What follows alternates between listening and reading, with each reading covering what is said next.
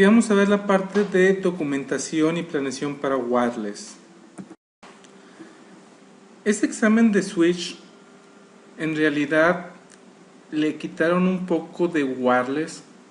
En la parte del blueprint al menos no dice de que se deba de saber cómo se configura un access point o cómo se configura un wireless LAN controller. Ya sé que lo vimos en el video anterior, cómo se configura un wireless LAN controller, y se enfoca un poco más, o más bien se enfoca simplemente, hablando de configuración, a la parte del switch, que hay que configurarle al switch donde está conectado el access point o el wireless LAN controller.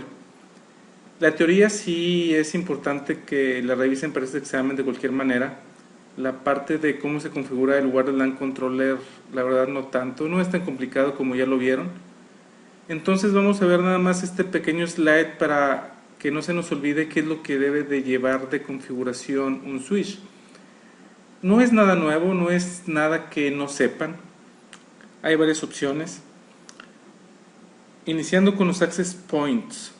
Si vamos a conectar un access point y en ese access point vamos a dar de alta diferentes VLANs, es decir, va a estar la VLAN 1, la VLAN 2 y la VLAN 3. La VLAN 1 va a estar asociada a un SSID, la VLAN 2 va a estar asignada a otro SSID y la VLAN 3 va a estar asignada a otro SSID.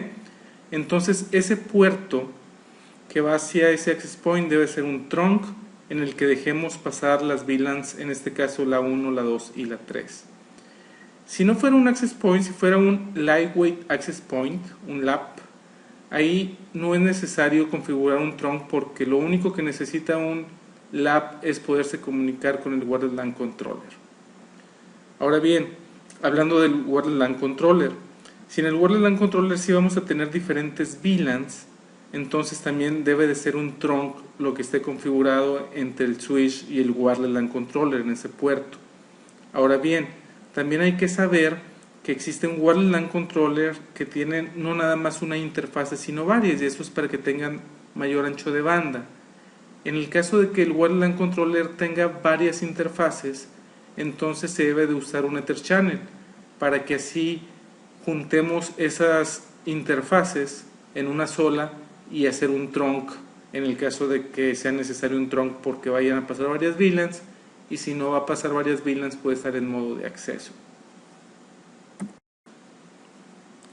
Aquí voy a volver a repetir, este examen de switch no está enfocado a las configuraciones de los access points o del wireless LAN controller, está enfocado a darle soporte a ellos, es decir, el saber configurar en el switch el puerto que va hacia el access point, el puerto que va al lightweight access point, el puerto que va o los puertos que van al wireless LAN controller. Entonces, partiendo de ahí vamos a ver la parte de diseño. Entonces, por ejemplo, nos van a decir de que va a haber 5 access points, en este caso van a ser lightweight porque va a haber un wireless LAN controller. ¿Qué es lo que podríamos preguntar? ¿Qué VLANs van a usarse? ¿Cuántos SSID se van a usar y cuáles son? ¿Qué puertos se van a usar?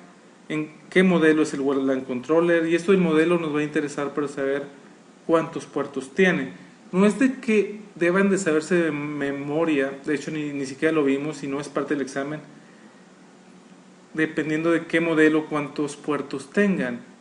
En realidad eso no es irrelevante para este examen, pero sí hay que saber de que existen modelos de que tienen nada más un puerto, que tienen 2 puertos, que tienen 3 puertos. ¿Qué es lo que vamos a tener en el plan de implementación?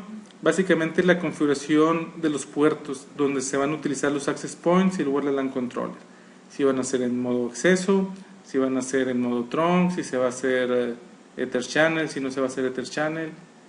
Todo eso es lo que debe de ir en el plan de implementación.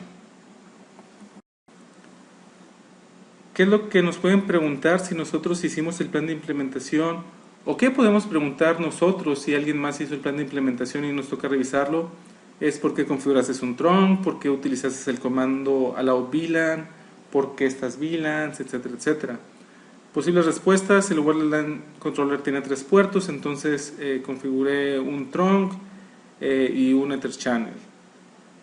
y se utilizó el trunk, aquí no viene, pero se utilizó el trunk porque hay varios SSIDs y en cada SSID es una VLAN diferente, entonces necesitamos que varias VLANs lleguen al Wireless LAN Controller.